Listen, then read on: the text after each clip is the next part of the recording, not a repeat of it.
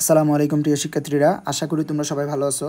আজকে আমি তোমাদেরকে প্রাণীর পরিচিতি অর্থাৎ জুলজি সেকেন্ড চ্যাপ্টার যেটা আছে, জুলজি সেকেন্ড চ্যাপ্টারের প্রাণীর পরিচিতি অর্থাৎ হাইড্রা, ঘাসফড়িং এবং রুই মাছের সমন্বয়ে যে চ্যাপ্টারটা তৈরি, ওইটার সবচেয়ে গুরুত্বপূর্ণ সময়কাল যেগুলো, ওগুলো একসাথে মনে রাখার স্মার্ট স্টাইল শিখে দিব।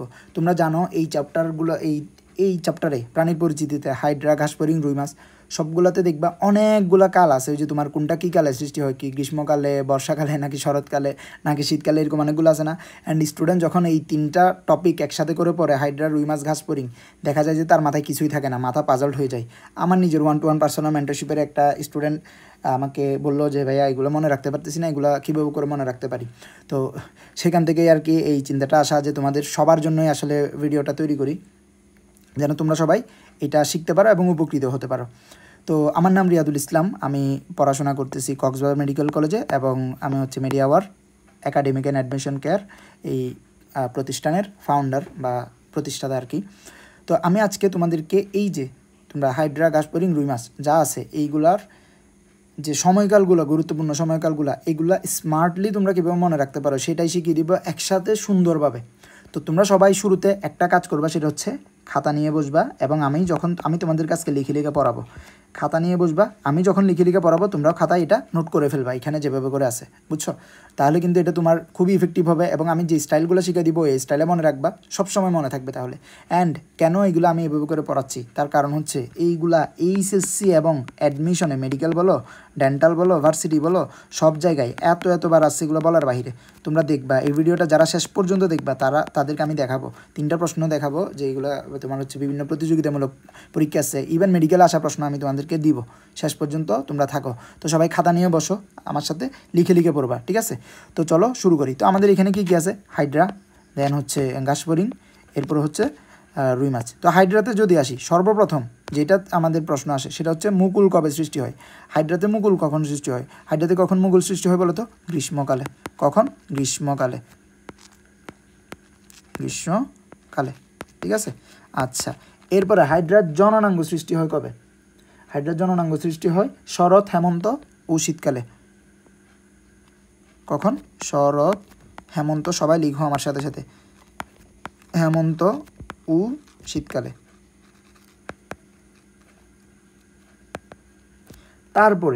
তারপরে তোমার হচ্ছে এই যে হাইড্রোলা মানে কি জানো? হাইড্রোলা মানে হচ্ছে অপত্য শিশু। হাইড্রা মানে ওই যে হাইড্রার বাচ্চা, সোজা কথা শেষ, হাইড্রার বেবি বা বাচ্চা, এটারে তোমার হচ্ছে হাইড্রোলা বলে। এই হাইড্রোলা কখন সৃষ্টি হয়? এইটা সৃষ্টি হচ্ছে তোমার এই ডিসেম্বরে, বা সরি বসন্তকালে, ডিসেম্বরে বলে ফেলতেছি, বসন্তকালে। বসন্ত নিয়ে একটা গান আছে, আচ্ছা, বসন্তকালে। তো যাই হোক, বসন্তকালে। এখন দেখো, এটা মনে রাখা খুবই ইজি। আমি তোমাদেরকে জাস্ট প্রথমে একটা টেকনিক মনে রাখবা, হাইড্রা, ঘাসফড়িং, রুই মাছ সবগুলোতে দেখবা শুরুর দিকে সব কিছু গ্রীষ্মকালেই হয়, মানে শুরুটাই হবে, এখানে যতগুলো পয়েন্ট তোমাদেরকে পড়াবো সবগুলো গ্রীষ্মকালে শুরু হয়, যেন তোমাদের মাথায় সেট হয়ে যায়, বুঝছো? তাহলে এখানে এই পয়েন্টটা তোমরা খেয়াল করবা, দেখিও। আচ্ছা, যাই হোক, এখন আমি তোমাদেরকে অন্য কথায় আসি, যে মুকুল সৃষ্টি কখন হয় হাইড্রাতে? এই ফর গ্রীষ্ম মনে রাখবা, ঠিক আছে? এইটা দিয়ে তুমি মনে রাখি ফেলতে পারতেছো। অ্যান্ড আমি তোমাদেরকে কিন্তু সবসময় এটা প্রেফার করি যে নামের মধ্যে থেকেই তুমি আনসার বের করে ফেলতে পারবা। আচ্ছা, এটা গেল শেষ। আচ্ছা, মুকুল সৃষ্টি হয়েছে হাইড্রাতে, এরপরে জননাঙ্গ সৃষ্টি হবে। এখন জননাঙ্গ কখন সৃষ্টি হচ্ছে? জননাঙ্গ ছোটোখাটো জিনিস না, ঠিক আছে, অনেক গুরুত্বপূর্ণ জিনিস।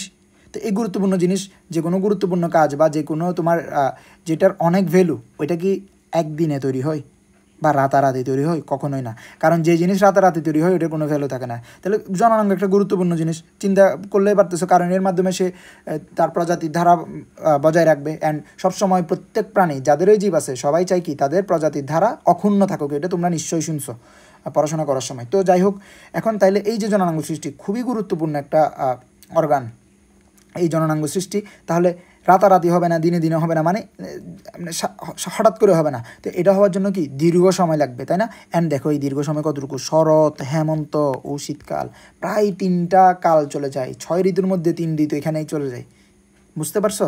হাইড্রা জননাঙ্গ সৃষ্টিতে। আচ্ছা, জননাঙ্গ কেন সৃষ্টি হয়? আলটিমেটলি জননাঙ্গ সৃষ্টি হয় পরবর্তী প্রজন্ম তৈরি করার জন্যই তো, তাই না?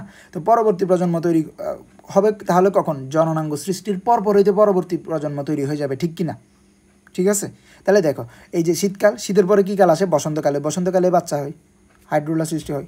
খুবই সিম্পল না, নিজের নর্মাল বিবেক দিয়ে মনে রাখলেই তো এটা মনে থাকে যায়, তাই না?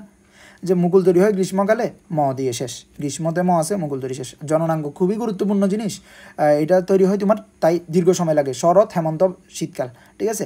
আর হাইড্রোলা বা অপত্যতালে যেহেতু জননাঙ্গ সৃষ্টি হয়েছে, এরপরে কী হবে, নতুন হাইড্রা তৈরি হবে বা অপত্য হাইড্রা তৈরি হবে, সেটা কখন তৈরি হয়, বসন্তকালে। খুবই সিম্পল, জাস্ট এটা নর্মাল বিবেক দিয়ে মনে রাখবা, এত ছন্দমন্দ কিছু ইউজ করার দরকার নাই, ঠিক আছে। নো ছন্দ, নো মন্দ, অনলি স্টাইল, স্মার্ট স্টাইলে পড়াশোনা হবে, ঠিক আছে, এসএসএ পড়াশোনা হবে। তো যাই হোক, এরপরে হচ্ছে, তাইলে আমি আশা করি হাইড্রা তোমাদেরকে ক্লিয়ার করে ফেলতে পারছি। এরপরে চলো ঘাসফড়িং। তো ঘাসফড়িংয়ে যদি আসি, ঘাসফড়িংয়ে হচ্ছে তোমার প্রজননকাল।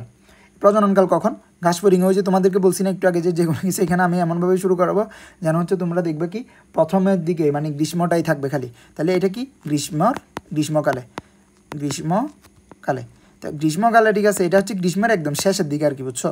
তো আমরা নর্মালি কি জানি, বৈশাখ জ্যৈষ্ঠ ওই সময়গুলো না, তো জ্যৈষ্ঠের দিকে করে ধরতে পারো। তাহলে গ্রীষ্মের শেষের দিকে, এটা একটু মাথায় রাখবা, গ্রীষ্মকালে মানে শেষের দিকে বা গ্রীষ্মের শেষে আর কি, শেষের দিকে, শেষ, বুঝছো। তাহলে গ্রীষ্মকালে বা গ্রীষ্মের শেষের দিকে, এটুকু মনে রাখলে হচ্ছে। তারপর হচ্ছে কি, ডিম পারে, ডিম কখন পারে, ডিম পারে হচ্ছে তোমার শরৎকালে,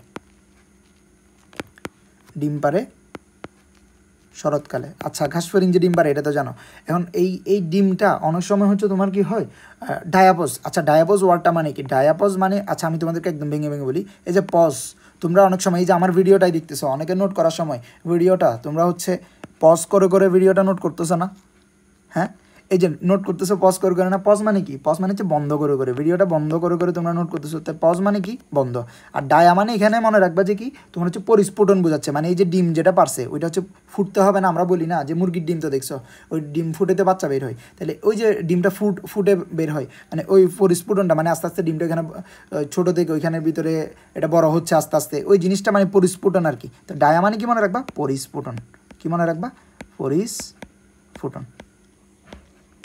ঠিক আছে। তাহলে এই পরিস্ফুটন বন্ধ, ডায়াপজ মানে কি, পরিস্ফুটন বন্ধ। পরিস্ফুটন বন্ধ কখন থাকে মনে রাখবা, ঘাসফড়িংয়ের জন্য একটা মারাত্মক সময় হচ্ছে তোমার শীতকাল। কী কাল, শীতকাল। ঘাসফড়িং শীতকালকে একটু ভয় পাই, এভাবে করে মনে রাখবা, ঠিক আছে, শীতকাল। কারণ এই শীতকালে যদি এগুলা ডায়াপজটা না হয় বা পরিস্ফুটন বন্ধ না থাকে, তাহলে হচ্ছে মানে এগুলো মরে যাবে, যেগুলো হবে এগুলো সব মরে যাবে, শীতকাল, ঠিক আছে। আচ্ছা, এরপর হচ্ছে আবার ওই যে ডায়াপজটা তোমার বন্ধ হয়েছে না, এখন এটা তো চালু মানে আবার ঠিক হইতে হবে, তাই না, পরিস্ফুটন তো আবার বৃদ্ধি হইতে হবে, আবার শুরু হইতে হবে।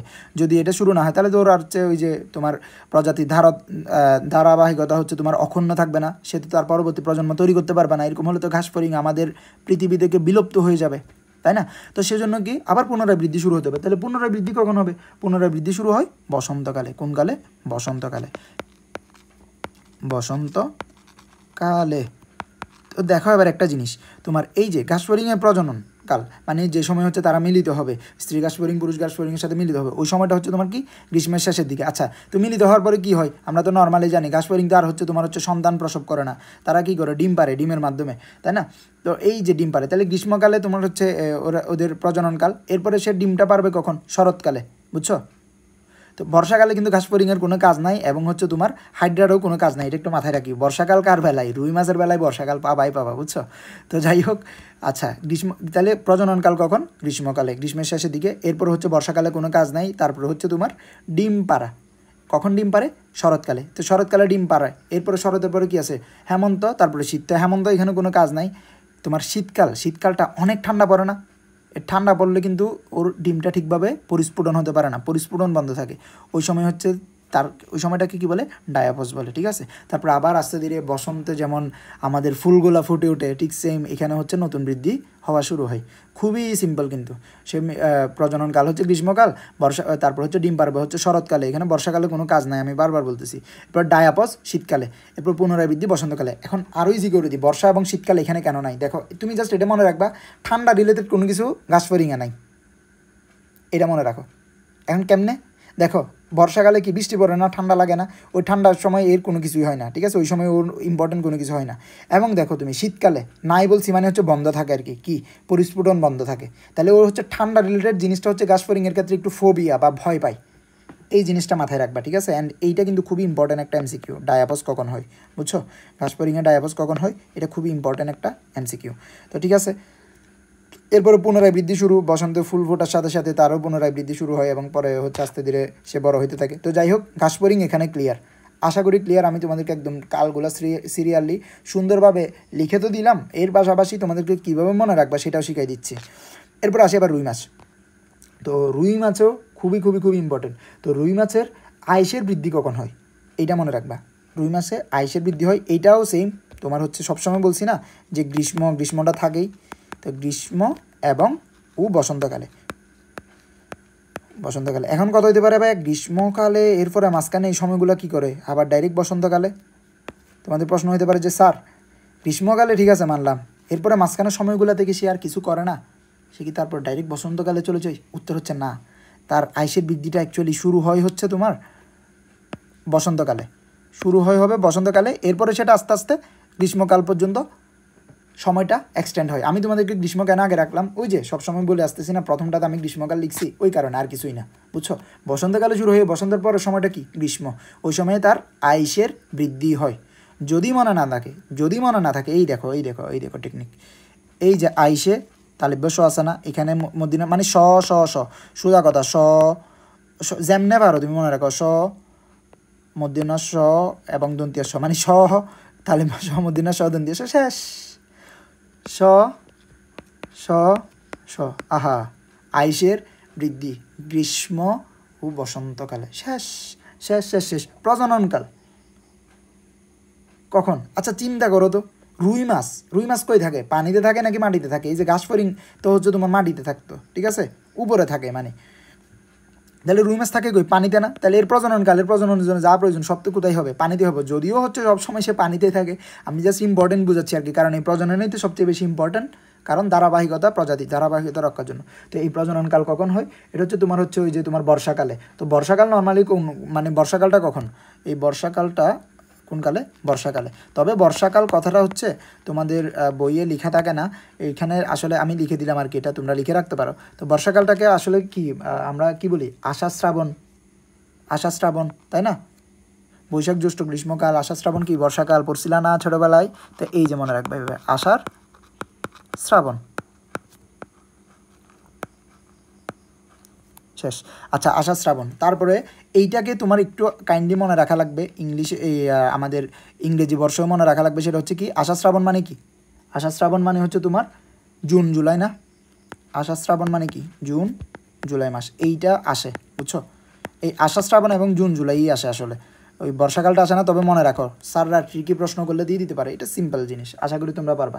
আচ্ছা, এইগুলা গেল।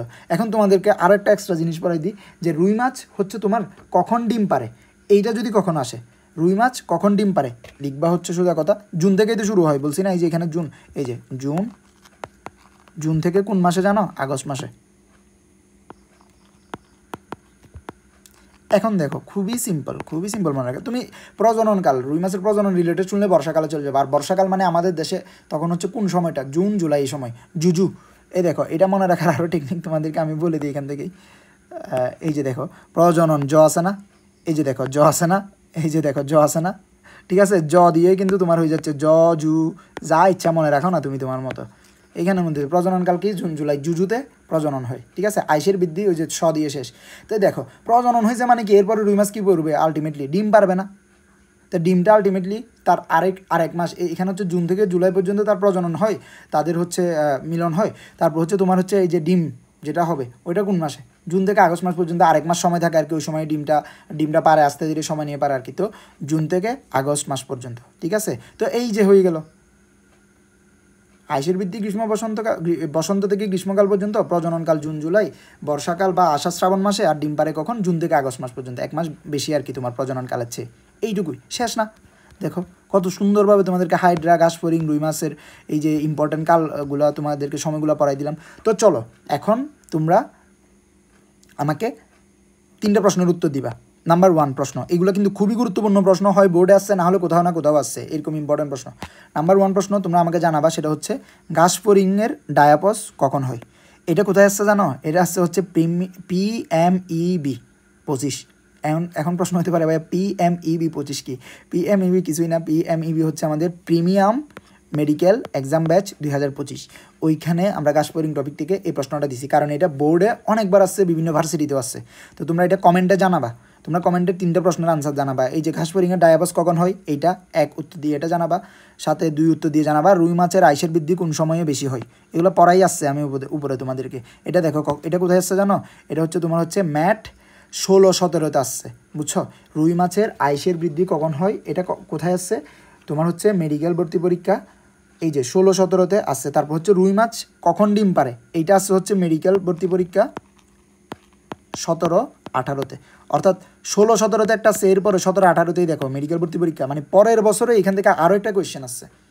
এই যে তোমার কি রিলেটেড, সময়কাল রিলেটেড। কেন আমি এই টপিকটা এত ইম্পর্টেন্ট দিয়ে পড়াইছি আবার বুঝতে পারছো কেন এত ইম্পর্টেন্ট দিয়ে পড়াইছি? তো তোমরা হচ্ছে এই 3টা প্রশ্নের উত্তর আমাকে এই ভিডিওর কমেন্টে জানাই দিবা, যারা পারবা তাদেরকে আমি কারেক্ট এটা রিপ্লাই দিব ইনশাল্লাহ। আর হচ্ছে তোমরা একটা কাজ করবে, সেটা হচ্ছে এই যে নোট যেটা করছো এই নোটটা একটু কাইন্ডলি তোমরা সবাই, আমি তোমাদেরকে বলবো এই যে আমাদের ফেসবুকে যাবা, ফেসবুকে গিয়ে media our academic and admission care এই গ্রুপটাতে, কোন গ্রুপে, এই যে এটা media our academic and admission care, ফেসবুকে গিয়ে এই গ্রুপে নোটটা পোস্ট করবা, আমরা অ্যাপ্রুভ করে দিব। দেখি কোন কোন স্টুডেন্ট সিরিয়াস আছে, কারা আসলেই পড়াশোনা করে।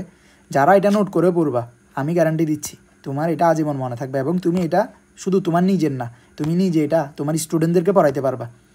তো আমি সেটা বুঝবো কেমনে তোমরা পড়ছো কিনা, তোমরা এই কমেন্টে আনসার জানাবা। পাশাপাশি আমাদের এই media our academic and admission care গ্রুপে এই যে ফেসবুকে গিয়ে এইটা লিখে সার্চ দিলেই পাবা গ্রুপটা, ওইখানে পোস্ট করে দিবা, বুঝছো। তাহলেই হলো, এই তো। তো তোমরা সবশেষে জানাতে পারো, একটা কমেন্টে তো এই প্রশ্নগুলোর আনসার দিবা, আর একটা কমেন্টে তোমরা জানাতে পারো ভিডিওটা তোমাদের কেমন লাগছে, অ্যান্ড এটা আসলে তোমাদের জন্য ইফেক্টিভ হয়েছে কিনা, অ্যান্ড নেক্সটে তোমরা আর কিসের উপরে এরকম ভিডিও চাও সেটা জানাতে পারো, ইনশাল্লাহ আমি সেটার উপর ভিডিও দেওয়ার চেষ্টা করবো। তো এই তো, সবাই ভালো থাকো, সুস্থ থাকো, বেস্ট অফ লাক, আল্লাহ হাফেজ, আসসালামু আলাইকুম।